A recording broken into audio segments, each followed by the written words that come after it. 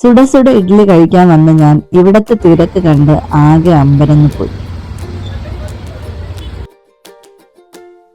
നമ്മുടെ favourite anchor വെങ്കിയും വെങ്കിയുടെ സുഹൃത്തുക്കളും ചേർന്നാണ് ഈ ഇഡ്ഡലിക്കട നടത്തുന്നത്. അവിടുത്തെ ഒരു ഐക്കോണിക് ഡിഷാണ് ഈ കാണുന്ന ബട്ടർ ഇഡ്ഡലി. സമയം 10 ആകുന്നതിന് മുമ്പേ ഇവിടുത്തെ ഇഡ്ഡലി എല്ലാം ഫിനിഷായി. ഈ കാണുന്നത് ലാസ്റ്റ് തട്ടിലെ ഇഡ്ഡലിയാണ്. തിരക്ക് കാരണം എനിക്കും ഇന്ന് ഇഡ്ഡലി കഴിക്കാനുള്ള ഭാഗ്യമുണ്ടായില്ല.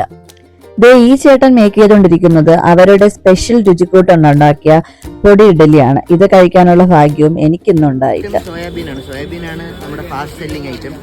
പിന്നെ ബട്ടർ തട്ട് ഇഡ്ഡലി ഉണ്ട്, ഗീ പൊടി ഇഡ്ഡലി ഉണ്ട്, ദം ഇഡ്ഡലി ഉണ്ട്. താരപ്പൊലിമ ഒട്ടുമില്ലാതെ അവിടെ വന്ന കസ്റ്റമേഴ്സിനോട് ഇഡ്ഡലി തരാൻ പറ്റാത്തതിന്റെ പരിഭവം പങ്കുവെക്കുകയായിരുന്നു വെങ്കി. നല്ലൊരു ഫ്രണ്ട്ലി ടോക്കിന് ശേഷം ഞാനും അവിടെ നിന്ന് മടങ്ങി.